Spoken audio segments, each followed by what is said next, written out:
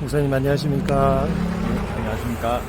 오늘 어떤 마음으로 이렇게 시위에 참여하게 되셨는지 말씀해 주시면 감사하겠습니다. 예, 저는 세계력의 안상열 목사라고 합니다. 이곳에 오게 된 것이 우리 손은보 목사님이 부당하게 구속되어져 있는 이러한 상황 가운데 이것을 판결한, 그리고 또 2개월 동안이나 계속해서 구속되어져 있는 이러한 부당한 현실을 묵과하고 방치하고 있는 이러한 법원에 항의를 전달하고, 또 그것이 잘못되었음을, 또 우리의 그러한 아픔을 얘기하기 위해서 이 자리에 1인실로 나와 있습니다. 날씨가 참 추운 날씨이기도 한데요, 날씨가 춥기 때문에 또 더 의미있고 더 재미있는 그런 시간이 아닌가 그렇게 생각해 봅니다. 우리 법관님들에게 저는 호소합니다. 이 나라를 위해서 얼마나 수고하고 계십니까? 여러분들의 수고로 인하여서 이 나라가 자유가 지켜지고 또 우리 국민들이 안심하게 지낼 수 있는 것에 대해서 너무나 감사하게 생각합니다. 그럼에도 불구하고 여러분들에게 질문이 있습니다. 법은 대체 무엇 때문에 존재하고 또 그 법이 완전하다고 생각하십니까? 우리가 이렇게 지키고 있는 이 질서를 유지하고 있는 이 법이 안전하고 좋은 것이고, 또 우리 법관님들이 굉장히 숙고하시면서 양심과 또 법리에 따라서 이러한 일들을 진행하고 계시지만 법도 완전하지 못하고 우리 법관님들도 완전하지 못하실 것을 아마 인정하실 것입니다. 그래서 고대로부터 우리 인류는 우리의 이러한 사회 질서를 잘 지켜나가기 위해서 정치라고 하는 이러한 일들을 진행하고도 있지만, 그럼에도 불구하고 또 그것을 보완할 수 있는 종교라고 하는 안전장치가 함께 공존하고 있었다는 사실을 역사적으로 사회적으로 아마 다 알고 계시리라 믿습니다. 그런데 정치의 권력 앞에서 개인의 기본권, 즉 생명, 재산, 자유를 어떻게 지켜낼 수가 있겠습니까? 법이 잘못 작동하거나 법관들이 혹시나 잘못 판단했을 때에 개인의 기본권은 대체 어떻게 지켜줄 수가 있겠습니까? 공권력 앞에 개인은 무력할 수밖에 없습니다. 그래서 양심의 정상에 있는 종교인들이 이 정치와 이 세상의 모든 부분들의 잘못된 부분들, 인간의 기본권을 그렇게 침해하고 있는 사실에 대해서 꾸짖고 돌이키도록 그렇게 안전장치로 존재하고 있는 것 아니겠습니까? 그래서 자유민주주의 체계는 이 종교에 대한 정치의 간섭이 없도록 그렇게 정교 분리를 원칙으로 정해놓고 있는 것 아니겠습니까? 그럼에도 불구하고 이 사회를 보십시오. 우리의 역사들을 보십시오. 정치가 종교에 간섭하게 되어졌을 때에 얼마나 인간의 기본권이 처참하게 무너져 왔던가. 그래서 이런 일들이 발생하지 않기 위해서 정치와 종교는 서로 구분되어져 있고, 정치는 종교에 관여해서는 안 되는 것이죠. 반면 종교는 정치에 당연히 관여해야만 하는 것입니다. 전술했던 바와 같이 이러한 정치가, 이러한 사회 권력이 개인의 인권을 무참하게 짓밟을 때에 대체 개인은 어디에 가서 호소할 수가 있단 말입니까? 그래서 당연히 종교는 정치에 관여하고 잘못된 것에 대해서 꾸짖을 수 있어야 될 것입니다. 이번에 우리 손은보 목사님 같은 경우에서도 선거법 위반 혐의라고 하는 것을 통하여서 부당하게 구속되어져 있지 않습니까? 왜 손은보 목사님이 그랬겠습니까? 손은보 목사님은 33년 동안 한 교회에서 오로지 전도와 예배와 전도, 목회만 위해서 목숨을 바쳐오신 분이십니다. 그런데 그가 왜 이번에 이렇게 이 부산시 교육감 선거, 김석준이라고 하는 그러한 사람에 대하여서 그렇게 앞장서서 얘기하면서 나갈 수밖에 없었습니까?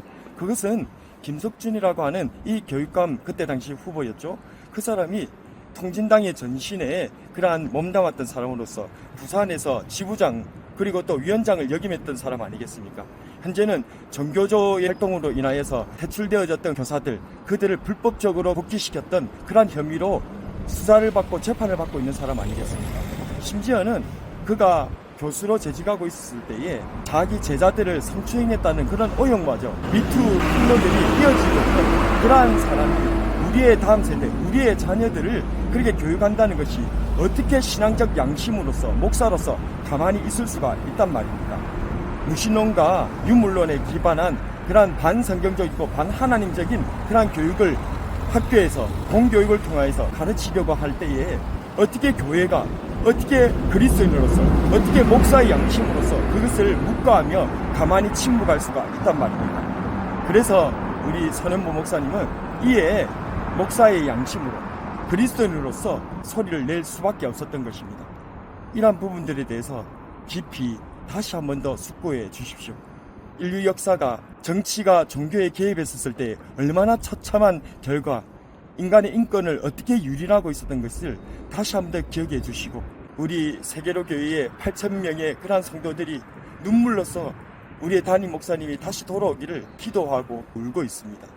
더 이상 우리 목자를 잃은 양들의 이 눈물을 묵과하지 마시고 깊이 상고해 주시고 정상 참작하셔서 속히 다시 우리 목사님을 법리에 맞춰서 해주시기를 간절히 바라는 바입니다. 정말 많은 분들이 알아야 하고 또 필요한 말씀들을 목사님 해주셨는데, 그럼에도 불구하고 정말 많은 사람들이 이러한 내용들에 대해서 모르고 알려고 하지 않고, 또 많은 교회들도 이런 부분들에 대해서 정말 모르고 있습니다. 그런 분들에게 전하고 싶은 메시지가 있다면 어떤 게 있을까요?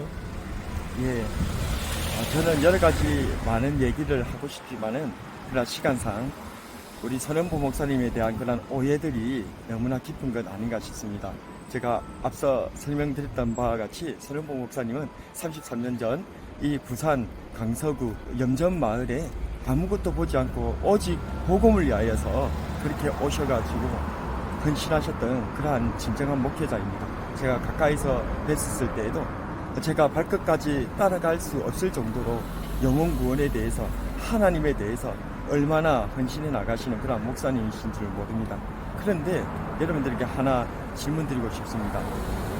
여러분들이 정말 그리스도인이라면 다른 사람들에 대해서 칭찬하는 것은 서슴없이 해도 좋다고 생각할 수가 있겠습니다. 그러나 다른 사람에 대해서 비난의 화살을 날릴 때에는 정말 신중해야 되지 않겠습니까? 특별히 그 대상이 목사님이라면 두말할 것도 없겠죠.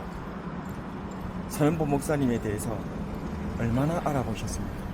그분의 인생에 대해서 얼마나 알아보셨습니까? 그분의 신앙에 대해서 얼마나 알아보셨습니까? 한번 깊이 알아보신 후에 이 33년간 한 교회에서 목회 활동을 하셨던 이 목사가 왜 사람들이 진흙탕이라고 얘기하는 이런 곳까지 스스로 발걸음을 들어가면서 자신의 온몸에 오물을 묻혀가는 이러한 일들을 감당하려 하는지에 대해서 다시 한 번 더 깊게 생각해 주셨으면 좋겠다 싶습니다. 부탁드리겠습니다. 예, 감사합니다. 정말 많은 분들이 정말 손 목사님의 진정성에 대해서 같이 공감하고, 또 목사님의 메시지를 통해서 또 그러한 일들이 또 잘 번져 나갔으면 좋겠습니다. 우리 한국교회 화이팅 하시고 우리 또 마무리하겠습니다. 예. 한국교회 화이팅! 화이팅!